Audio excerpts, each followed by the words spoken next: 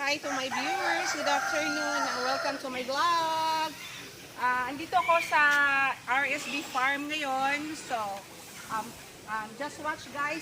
Marami tayong mga gusto nyo na ano po, yung isang male and female for only ready to lay na po sila for only 5,500. So, come on.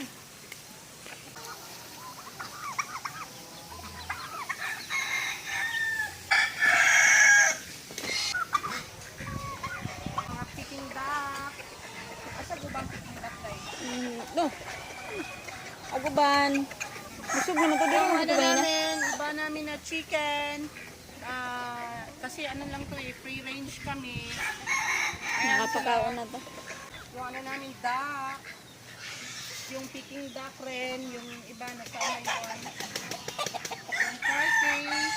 Kung gusto niyo ng heritage chicken, we have also heritage. Red Island po. Ayan sila, yung heritage. Tapos meron mga Red Island. Meron din tayo dito. Black Australorp. Agatong white na to. Wala sa... Total speakers man. Ayan doon guys. So later on na po tayo mag-ano dyan. So guys, nandito tayo ngayon sa aking nursery. So, pakita ko sa inyo yung 5 days from birth. Mayroon tayong mga bagong walay dyan. Mga 5 days, mga anak na yan. Mga lapit na walay. Saka ito po yung dark white.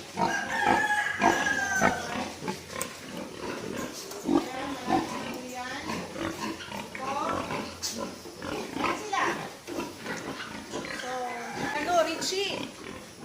Oh, di ba? Napaka-sweet ni Richie, guys. Si Richie nag-ano lang.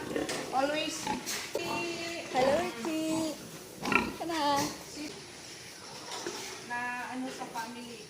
Ay, nakalabas yung ano, dai. Yung guys, yung 2 weeks old na pag ano namin, yung 30 days old and 2 weeks. Yan na yung result ko. Yan sila. So, no, napaka-healthy yung baboy natin dito. Gusto niyo na ano, na mga lechon. Yan sila, guys. 337. Ayan. Saka, ito yung ano namin, 337 na boar. Yan, sobrang laki, sobrang ganda. At saka, mayroon din kaming maliit na swimming pool para dun sa aming mga duck. Yung Peking duck, yung bibi namin guys, dyan sila mag-ano guys. Swimming. Ito tayo sa aming pinapasison pa namin yung lagyan namin ng mga lalagyan namin ng tilapia guys. Ayan. So, welcome to our new building. Ito yung ano namin guys, patining area guys. Pero hindi pa natapos. Pero kahit hindi pa siya tapos, dahil nag-short kami ng kulungan, ito yung ano natin. Ito yung mga genetics na baboy. Ayan. Ito po yung mga genetics natin guys. Hindi natin maisa-isa, pero yan yung ano, yung iba doon. Ito. Doon yung iba. Pero kuanda iba. Ma'am. Welcome. This is, gestation area po. Ito yung ano namin. Gestation area. Ayan po. Marami po tayong mga ibang ganyang baboy dito. Mayroon tayong large white, landrace, pitrin, Dorox white, Camboro 48, Camboro, and L410 na boar, at saka meron tayong L410 and 337. Ito po yung large white,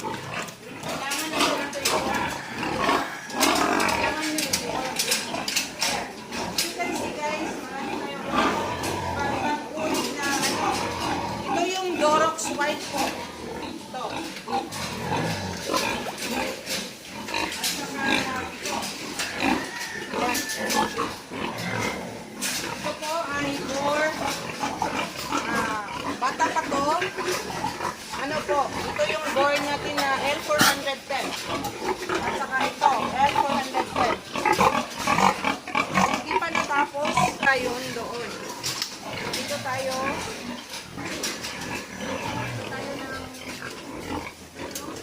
Gusto mo bang kumain ng prutas? Meron kayong prutas doon. I'll show you guys. Goat, buffalo goat. That is only 10,000. Ito, ayan. Ayan siya. Diba? Sobrang ganda niya. Kung gusto niyo to, this is only 10,000. Ayan. Flying buffalo yan. Saka yun, ayun. Ayan sila. Ito, anak niya po.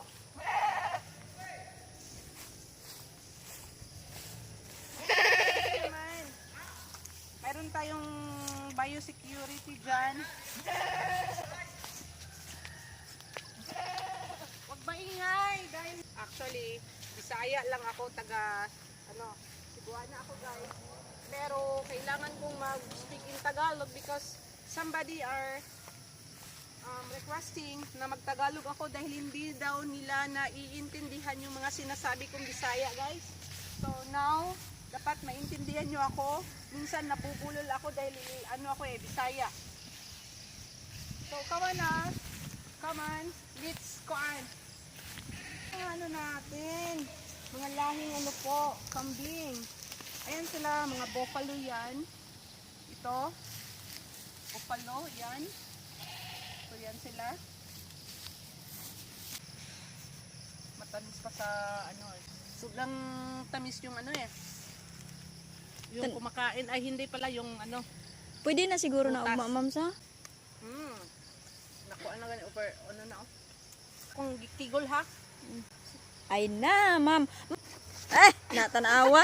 Bulyagon. Ito ka to dito oh. Hello guys, dito tayo sa kabila. Mamumulot tayo dito ng No, daghan. Tam isang kos ding limil ani ma'am.